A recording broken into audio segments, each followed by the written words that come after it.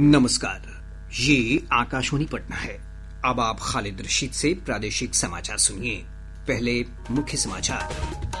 केंद्र सरकार ने ऑपरेशन सिंदूर के मद्देनजर आज नई दिल्ली में सर्वदलीय बैठक बुलाई। पटना समेत प्रदेश के 6 जिलों में सिविल डिफेंस मॉक ड्रिल का सफल आयोजन। अन्य शहरों में भी चरणबद्ध तरीके से आयोजित होगी मॉक ड्रिल। खेलो इंडिया यूथ गेम्स में आज सेपक टाकरा, जूडो, टेबल टेनिस, तैराकी और शूटिंग सहित कई स्पर्धाओं में पदकों का फैसला होगा। और मौसम विभाग ने आज से राज्य के अधिकतर हिस्सों में तापमान में वृद्धि का पूर्वानुमान जताया। 5 से 8 डिग्री सेल्सियस तक की हो सकती है बढ़ोतरी। अब समाचार विस्तार से। केंद्र सरकार ने ऑपरेशन सिंदूर के मद्देनजर आज नई दिल्ली में सर्वदलीय बैठक बुलाई है। इसमें सभी राजनीतिक दलों के नेताओं को ऑपरेशन सिंदूर के बारे में जानकारी दी जाएगी। पार्टी लाइन से हटकर नेताओं ने ऑपरेशन सिंदूर की सराहना की है और आतंकवादियों के खिलाफ सशस्त्र बलों की कार्रवाई पर गर्व व्यक्त किया है।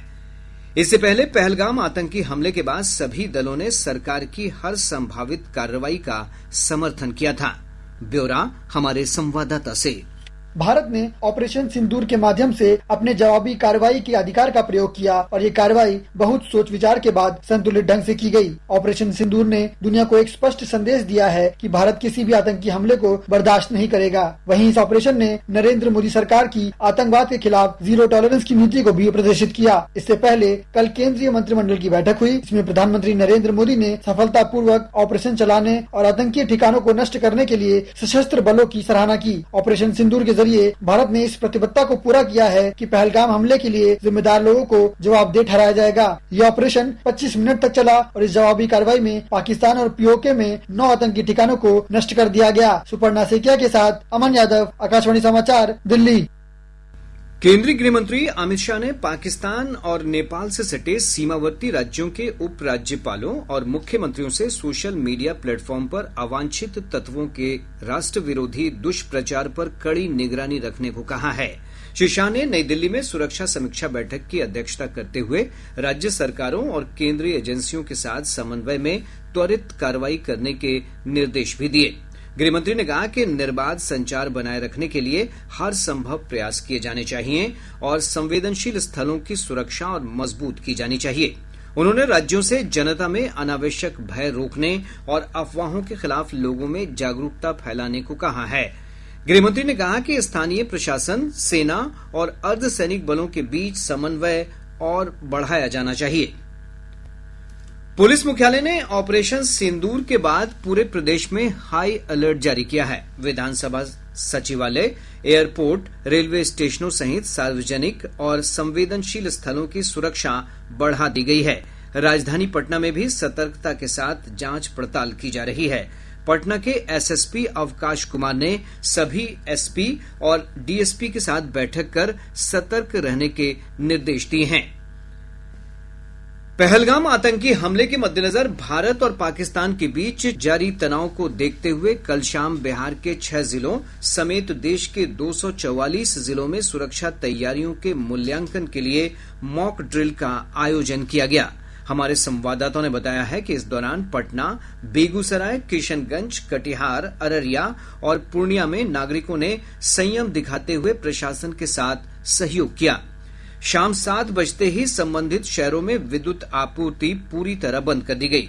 10 मिनट के ब्लैकआउट के दौरान सड़कों पर वाहनों की रफ्तार थम गई। वाहनों की हेडलाइट भी बंद कर दी गई। पटना जिले के दानापुर अनुमंडल की पदाधिकारी दिव्या शक्ति ने बताया कि मॉक ड्रिल पूरी तरह सफल रही। उन्होंने बताया कि ये ड्रिल किसी भी बाहरी खतरे का मुकाबला करने के लिए लोगों को तैयार करने का अभ्यास है।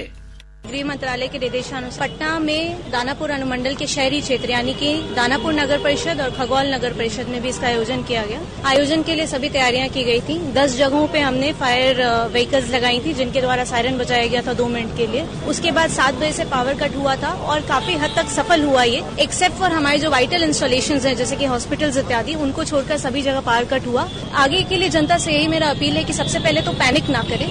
सबसे इम्पोर्टेंट मैसेज यही है कि ये एक मॉक ड्रिल था, पैनिक का कोई सिचुएशन नहीं है। हमें हमेशा प्रिपेयर्ड रहना है, तत्पर रहना है कि यदि कोई सिचुएशन आए तो हम इसी ढंग से लाइट्स ऑफ करके सेफ जगह पे रह के बिना किसी पैनिक के दुश्मन का मुकाबला करें। मुख्य सचिव अमृतलाल मीणा ने कहा है कि प्रदेश के 6 जिलों में मॉकड्रिल की सफलता के बाद इसका आयोजन अब चरणबद्ध तरीके से अन्य शहरों में भी किया जाएगा। उन्होंने कहा कि आपातकाल स्थिति से निपटने की तैयारियों की समीक्षा के लिए की गई मॉकड्रिल में कई विभागों ने आपसी समन्वय बनाकर काम किया। मुख्य सचिव ने कहा कि मॉकड्रिल के अनुभव के आधार पर प्रदेश में प्रशासनिक और सुरक्षा तंत्र को और मजबूत किया जाएगा। उन्होंने सभी नागरिकों से मॉकड्रिल के अनुभव को गंभीरता से लेने और इसके प्रति अन्य लोगों को भी जागरूक करने का आग्रह किया। राजस्व और भूमि सुधार मंत्री संजय सरावगी ने कहा है कि राजस्व की समस्याओं का समाधान जन संवाद के माध्यम से किया जाएगा। इसके लिए संवाद की प्रक्रिया शीघ्र शुरू की जाएगी। पटना में जल स्रोतों के एटलस का लोकार्पण करते हुए श्री सरावगी ने कहा कि इससे जल स्रोतों की सुरक्षा और जल प्रबंधन की प्रक्रिया को मजबूती मिलेगी। उन्होंने कहा कि राज्य के सरकारी तालाबों को विशिष्ट पहचान UID भी दी जाएगी। बिहार विधानसभा चुनाव को लेकर प्रशासनिक तैयारियां तेज कर दी गई हैं। मतदाता सूची को अद्यतन और त्रुटि रहित बनाने के लिए पटना और तिरहुत प्रमंडल के BLO और ERO के लिए प्रशिक्षण कार्यक्रम की कल पटना में शुरुआत हुई। गौरतलब है कि निर्वाचन आयोग चरणबद्ध तरीके से प्रमंडलवार प्रशिक्षण दे रहा है। मुख्यमंत्री नीतीश कुमार की अध्यक्षता में कल NDA के घटक दलों की पटना में विशेष बैठक आयोजित की गई। इसमें जदयू, भाजपा, लोजपा, रामविलास, हम सेक्युलर और राष्ट्रीय लोक मोर्चा के प्रतिनिधियों ने भाग लिया। इस दौरान मुख्यमंत्री ने NDA नेताओं से कहा कि वे पिछले 20 वर्षों के विकास कार्यों की जानकारी आम लोगों को दें। उन्होंने कहा कि NDA सरकार में हर मोर्चे पर विकास के कार्य हुए हैं और जनता को इसका लाभ भी मिल रहा है। प्रादेशिक समाचार आप आकाशवाणी पटना से सुन रहे हैं। ताजा समाचारों के लिए आप हमारे X हैंडल AIR_News_ पटना पर जा सकते हैं। और अब खबरें खेलो इंडिया यूथ गेम्स से। आज खेलो इंडिया यूथ गेम्स का 5वां दिन है। सेपक टाकरा, जूडो, टेबल टेनिस, तैराकी और शूटिंग सहित कई स्पर्धाओं में पदकों का फैसला होगा। एक रिपोर्ट।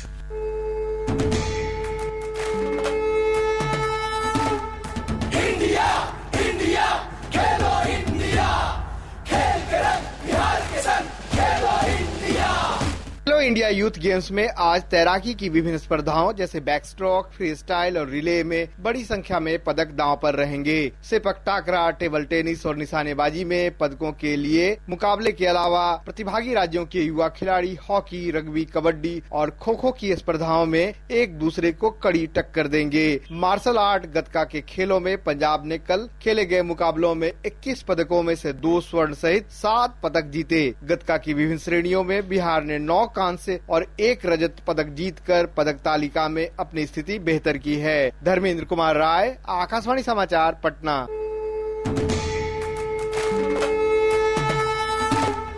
इंडिया, इंडिया, खेलो इंडिया, खेल के रंग बिहार के संग, खेलो इंडिया। खेलो इंडिया यूथ गेम्स में महाराष्ट्र का शानदार प्रदर्शन जारी है। 16 स्वर्ण सहित 44 पदकों के साथ राज्य पदक तालिका में शीर्ष स्थान पर बरकरार है। 9 स्वर्ण सहित 16 पदकों के साथ राजस्थान दूसरे स्थान पर, जबकि कर्नाटक 8 स्वर्ण सहित कुल 23 पदकों के साथ तीसरे स्थान पर है। मौसम विभाग ने आज से राज्य के अधिकतर हिस्सों में तापमान में बढ़ोतरी की संभावना जताई है। विभाग ने कहा है कि अगले 3 दिनों के दौरान राज्य के अधिकतम तापमान में 5 से 8 डिग्री सेल्सियस तक की क्रमिक बढ़ोतरी हो सकती है। इधर आज तड़के पटना, जहानाबाद, अरवल, रोहतास, औरंगाबाद, समस्तीपुर, दरभंगा, मुजफ्फरपुर और वैशाली समेत आसपास के जिलों में तेज हवा के साथ हल्की से मध्यम बारिश हुई है। मुख्य सचिव अमृतलाल मीणा ने केंद्रीय परियोजनाओं से जुड़े नोडल अधिकारियों को योजनाओं की प्रगति रिपोर्ट हर 15 दिन पर देने के निर्देश दिए हैं। मुख्य सचिव ने अधिकारियों को स्थल निरीक्षण करने के भी निर्देश दिए हैं। उन्होंने कहा है कि निरीक्षण के बाद एक रिपोर्ट जिलाधिकारी को देने के साथ ही इसकी प्रति मुख्यालय को भी भेजनी होगी। प्रदेश में जीविका दीदी अब अपनी डेयरी भी चलाएंगी। जीविका के मुख्य कार्यपालक पदाधिकारी हिमांशु शर्मा ने बताया कि जीविका दीदी अब तक केवल दूध का उत्पादन करके बेचती थीं, लेकिन राज्य सरकार ने उनकी जिम्मेवारियों का विस्तार करते हुए डेयरी में हिस्सेदारी बढ़ाने का निर्णय लिया है। श्री शर्मा ने कहा कि जीविका डेयरी में दुग्ध आपूर्ति के लिए दूध संग्रह केंद्र बनाए जा रहे हैं।